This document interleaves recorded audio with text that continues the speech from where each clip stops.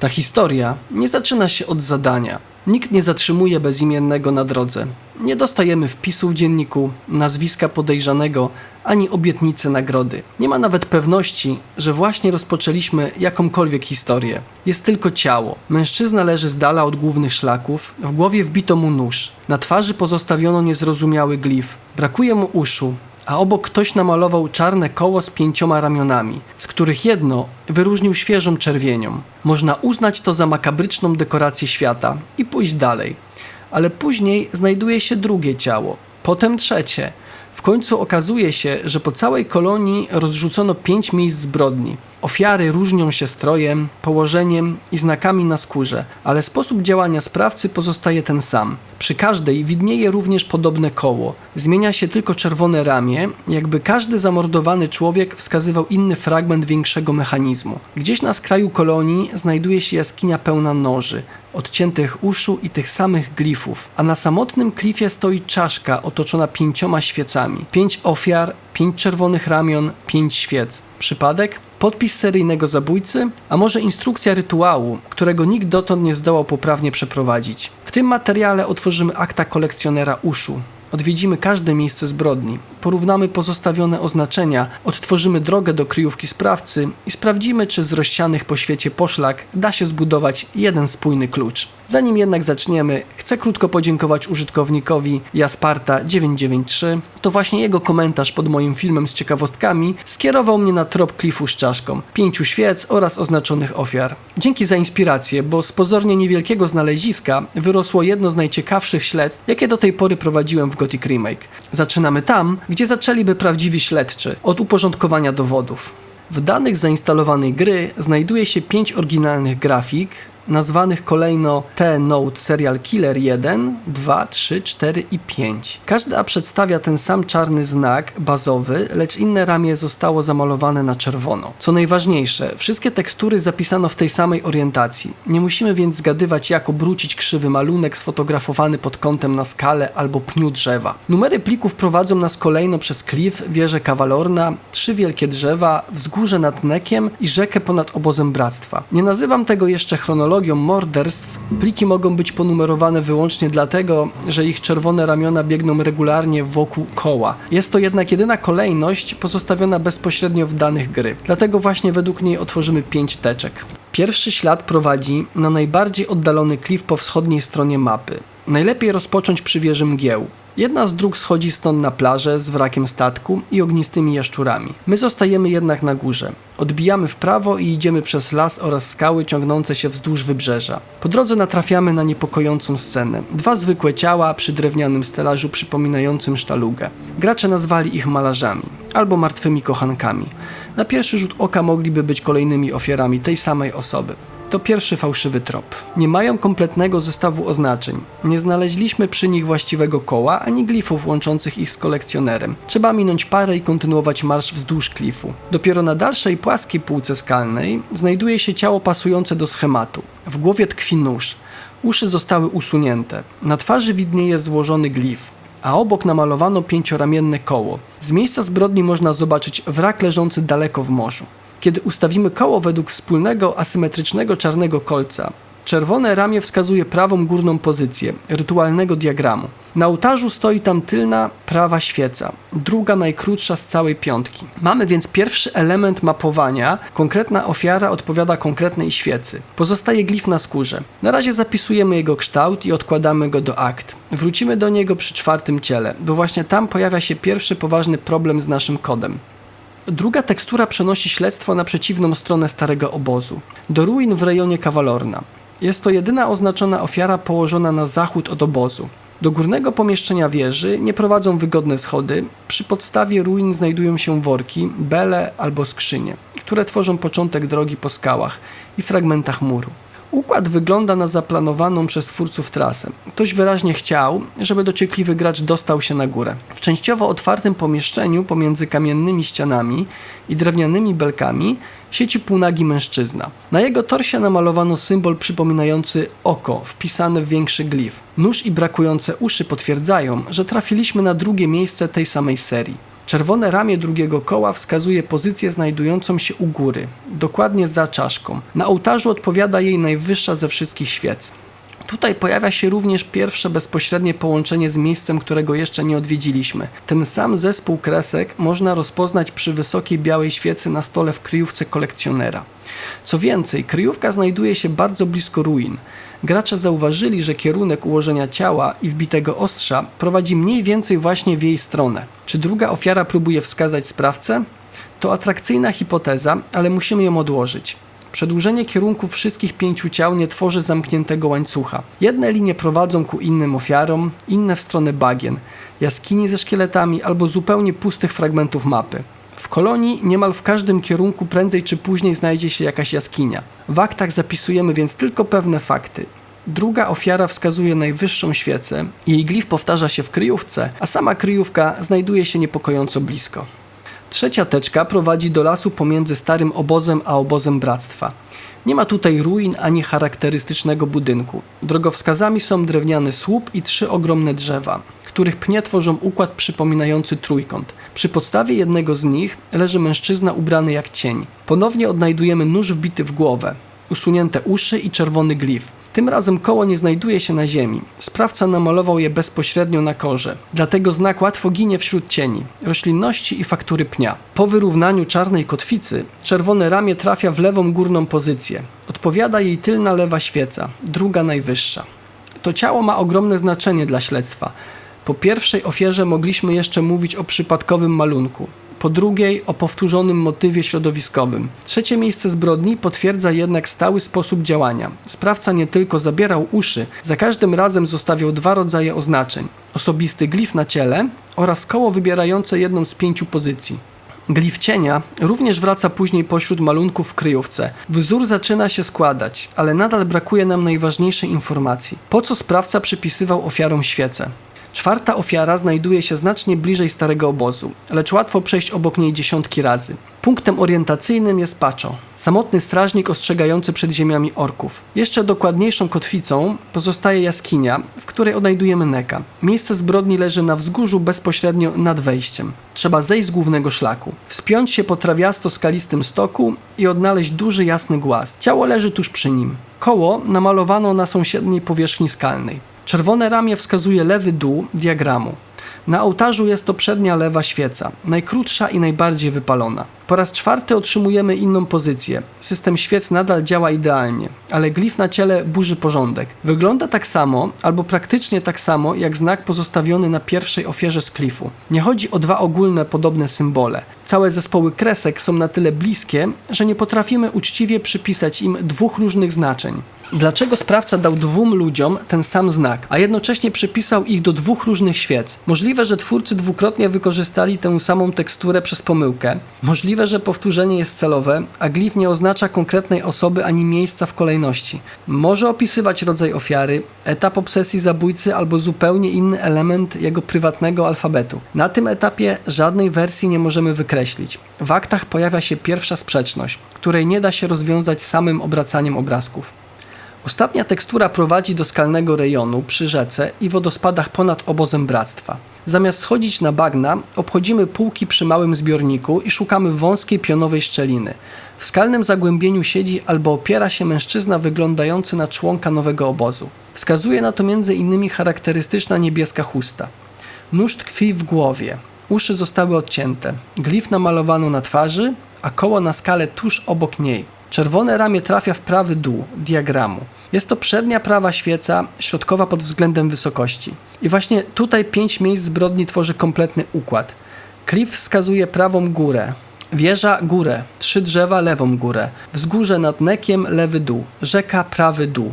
Żadna pozycja nie powtarza się, żadna nie pozostaje pusta. To już nie jest swobodne podobieństwo. 5 czerwonych ramion wybiera 5 świec, dokładnie po jednym razie. Rozwiązaliśmy przestrzenną część kodu. Nadal nie wiemy jednak, co ten kod ma uruchomić. Zanim wejdziemy do kryjówki, warto dołączyć do akt jeszcze jeden ślad. W obozie można usłyszeć rozmowę o człowieku, który oszalał, krzyczał i próbował odciąć sobie uszy. Do obezwładnienia go miało być potrzebnych 3 ludzi. Najlepiej udokumentowane nagranie tej rozmowy pochodzi z nowego obozu i późnego rozdziału gry. Relacje graczy różnią się jednak co do chwili, w której dialog może się pojawić, a jeden z artykułów przypisał go nawet staremu obozowi. Nie znamy nazwiska opisywanego człowieka, nikt nie nazywa go wprost kolekcjonerem uszu. Treść plotki pasuje jednak do tego, co za chwilę zobaczymy w jaskini. Człowiek doprowadzony do szaleństwa przez coś, czego nie potrafił uciszyć, próbuje pozbawić się własnych uszu. To nie jest jeszcze identyfikacja podejrzanego, jest to jednak zeznanie, które wyjątkowo dobrze pasuje do profilu sprawcy. Najczytelniejsza droga do kryjówki zaczyna się przy szlaku na granicy ziem orków. Mijamy barykadę z czarnymi postrzępionymi chorągwiami oraz ogromne drzewo z wiszącymi ciałami. Na odgałęzieniu schodzimy z głównej drogi w skalno-leśne obniżenie. Pojawienie się kretoszczurów potwierdza, że jesteśmy na właściwym odcinku. Za ich rewirem w pionowej ścianie skalnej znajduje się duży ciemny otwór. W prawdziwej historii kryminalnej znalezienie kryjówki powinno prowadzić do konfrontacji. Tutaj wchodzimy za późno. Mężczyzna leży martwy, brakuje mu uszu, w jego głowie tkwi nóż. Na czole widnieje glif, należący do tej samej rodziny znaków, które widzieliśmy na ofiarach. Nie mamy podpisanego przyznania się do 5 morderstw, ale całe otoczenie praktycznie zamyka kwestię tożsamości. To jego jaskinia, to jego symbole, a na jego stole leżą uszy zebrane zamordowanym ludziom. Obok znajduje się pożegnalna notka. Autor pisze, że coś nie przestawało go dręczyć. Nie pomagało picie, krwawienie ani sen. Gdyby w ogóle był w stanie zasnąć. Najbardziej niepokoją 2 krótkie fragmenty. Nie głosy, głosy byłyby litością oraz wzmianka o czymś pod głosami. Mężczyzna uznał, że rozwiązaniem mogą być uszy. Zaczął je zbierać. Lecz każda zdobyta para miała niewłaściwy kształt albo rozmiar. Żadne nie pasowały. Nic nie uciszyło jego męki. W ostatnich słowach stwierdza, że pozostała już tylko jedna para. Jego własna. List wyjaśnia sposób działania sprawcy. Zabijał, odcinał uszy i szukał w nich lekarstwa na własną obsesję. Na końcu okaleczył siebie i odebrał sobie życie. Nie wyjaśnia natomiast, czym była rzecz ukryta pod głosami. Opis naturalnie kojarzy się z psychicznym wpływem śniącego, ale jego imię nie pada ani razu. To mocna interpretacja pasująca do świata gry. Najważniejszym przedmiotem w kryjówce jest zakrwawiony stół. Na pierwszy rzut oka zawartość blatu może całkowicie zmienić liczbę ofiar. Widać na nim 12 luźnych uszu i 2 kolejne nabite na ostrze. Razem 14. 5 oznaczonych ofiar oraz sam zabójca dawałoby 12 uszu. Skąd zatem 2 dodatkowe? Czy gdzieś w kolonii leży 6. ciało, którego nikt jeszcze nie znalazł? Zbliżenie osłabia ten trop. Wszystkie 14 obiektów wygląda jak ten sam model prawego ucha. Nie tworzą 7 wyraźnych, anatomicznych par. Najprawdopodobniej twórcy wielokrotnie wykorzystywali jeden aset, dlatego nie możemy przeliczać dekoracji na rzeczywistą liczbę zamordowanych ludzi. Podobnie wygląda sprawa noży. 7 ustawiono na zielonej poduszce wokół czaszki. 8 leży osobno na blacie. 9 tkwi w głowie sprawcy. 9 ostrzy nie odpowiada ani 5 ofiarom, ani 6 ciałom po doliczeniu zabójcy. Być może część jest wyłącznie wyposażeniem jego warsztatu. Bez dodatkowej reguły liczba noży prowadzi donikąd. Na stole znajdują się też 4 bezspornie rozpoznawalne białe świece oraz 4 duże zespoły czerwonych glifów. Nie mamy więc pełnej instrukcji złożonej z 5 osobnych symboli i 5 jednoznacznych świec. Część glifów pokrywa się z oznaczeniami ofiar. Znak przy wysokiej świecy odpowiada mężczyźnie w wieży. Inny można połączyć z cieniem spod 3 drzew. Kolejny przypomina powtórzony glif ofiary z klifu i z nad jaskini z nekiem. Symbol z górnej prawej części stołu znajduje się natomiast na czole zabójcy. To ważne rozróżnienie. Sprawca jest 6. ciałem w całej opowieści, ale nie 6. oznaczoną ofiarą. Przy nim nie ma koła z czerwonym ramieniem, dlatego nie możemy przypisać go do ołtarza tą samą metodą. Nie musi też zastępować żadnego człowieka. 5 świec zostało już kompletnie rozdzielonych pomiędzy 5 ofiar. Jeżeli stół nie daje kompletnego klucza, naturalnym kolejnym krokiem są ściany. Cała jaskinia została pokryta czerwonymi malunkami.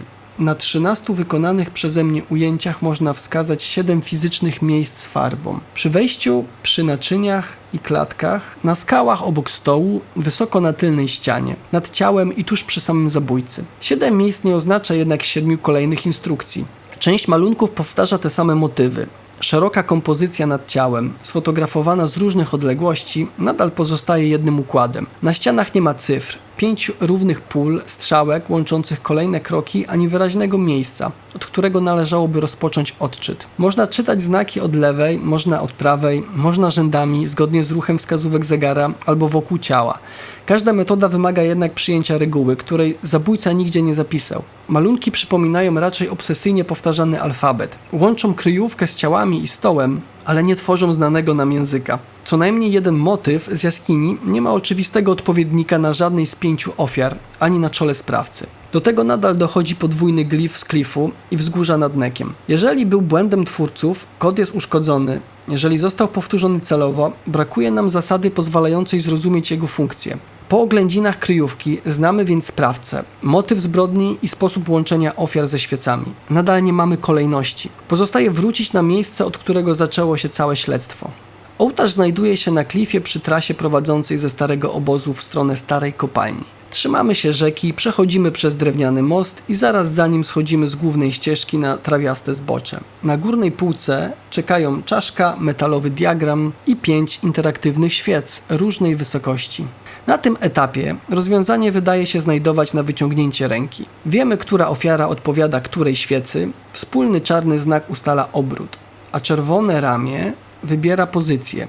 Klif to prawa góra, wieża kawalorna góra, 3 drzewa lewa góra, wzgórze nad Nekiem lewy dół, rzeka prawy dół. Plansza jest kompletna. Brakuje tylko kolejności, zapalania 5 elementów. Najbardziej oczywisty klucz to kolejność oryginalnych tekstur. 1 klif, 2 wieża kawalorna, 3 wielkie drzewa, 4 wzgórze nad Nekiem, 5 rzeka. Zapalamy odpowiadające im świece dokładnie w tym porządku. Później wykonujemy próbę odwrotną. To logiczne, ale numery mogą opisywać jedynie regularny obieg czerwonych ramion wokół diagramu. Nazwa techniczna pliku nie musi być wiadomością przeznaczoną dla gracza. Świece mają 5 różnych wysokości. Podobne świece stoją przy glifach na stole zabójcy. Możliwe, że wosk zapisuje czas. Najbardziej wypalona świeca byłaby najstarszą, a najwyższa najnowsza. W takim wariancie zaczynamy od ofiary z Neka. Później przechodzimy przez klif, rzekę, 3 drzewa i kończymy na wieży kawalorna. Ale zależność może działać odwrotnie. Najwyższa świeca mogła należeć do pierwszej ofiary, a kolejne były skracane z każdym morderstwem. Dlatego sprawdzamy również wieżę, 3 drzewa, rzekę, klif i Neka. Społeczność próbowała także klasycznego porządku rysowania pentagramu. Analizowano kierunek ciał i rękojeści noży. Przedłużano czerwone ramiona na mapie, odczytywano glify ze ścian od lewej do prawej i zgodnie z ułożeniem wokół stołu. Jeden z graczy opisał nawet burzę, która miała rozpocząć się po konkretnej sekwencji. Tego efektu nie udało się jednak powtórzyć, a pogoda mogła zmienić się losowo. Każda hipoteza wygląda obiecująco, dopóki nie próbujemy zastosować tej samej reguły do wszystkich dowodów. 5 świec daje 120 prostych kolejności, jeżeli każdą zapalamy dokładnie raz. Sprawdziłem je wszystkie. Po ostatniej świecy nie pojawił się dźwięk. Nie uruchomiła się animacja. Nie otrzymałem przedmiotu wpisu w dzienniku ani nowego dialogu. Czaszka pozostawała na miejscu. Skały się nie rozsunęły. Wróciłem do kryjówki kolekcjonera uszu. Tam również nic się nie zmieniło. I dopiero tutaj nasze śledztwo trafia na prawdziwy mur.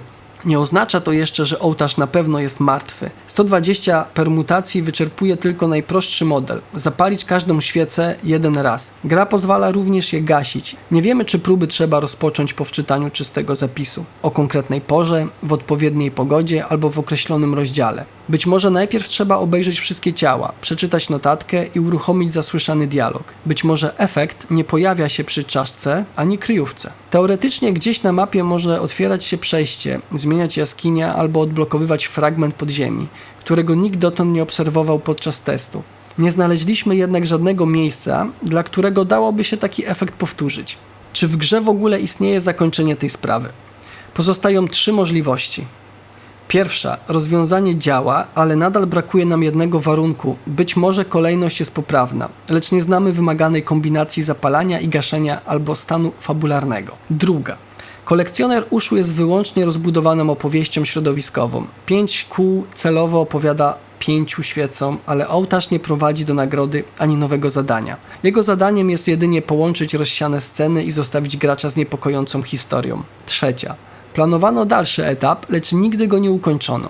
Albo odpowiednia logika nie uruchamia się poprawnie. W dostępnej części plików gry odnaleźliśmy 5 tekstur Serial Killer, ale nie natrafiliśmy na czytelnie nazwaną, osobną logikę tego rytuału. Znalezione klasy dotyczą ogólnego zapalania i gaszenia świec. Nie dowodzi to, że skryptu nie ma w spakowanych danych albo blueprintach. Data mining nie dostarcza jednak brakującego finału. Obawa przed błędem nie jest też całkowicie oderwana od stanu gry. W mojej rozgrywce nawet po 4. dużym patchu nadal występuje poważny problem, przez który ukończone zadania potrafią zostać anulowane po rytuale związanym ze śniącym. Nie jest to dowód przeciwko ołtarzowi. Pokazuje tylko, że brak reakcji nie musi automatycznie oznaczać pomyłki gracza.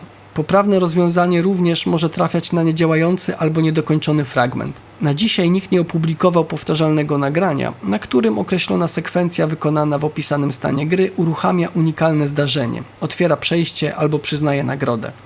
Śledztwo nie zakończyło się jednak całkowitą porażką. Z 5 rozsianych miejsc udało się zrekonstruować jeden sposób działania sprawcy. Zidentyfikowaliśmy wszystkie oznaczone ofiary. Odnaleźliśmy kryjówkę, połączyliśmy sens listu z odciętymi uszami. Porównaliśmy glify z ciał, stołu i ścian. Przede wszystkim udowodniliśmy, że 5 czerwonych ramion odpowiada 5 pozycjom ołtarza, dokładnie po jednym razie. Wiemy więc, które świece należą do których ofiar. Nie wiemy, co zrobić z tą wiedzą. Być może brakującym dowodem jest gaszenie świec. Może konkretny rozdział albo pora. Może 6.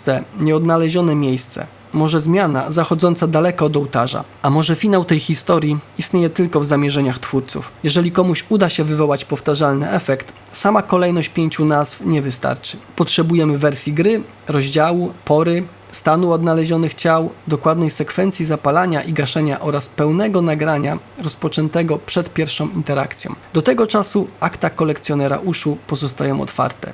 5 ofiar wskazało nam 5 świec, ale ostatniej wiadomości zabójcy nadal nie potrafimy odczytać.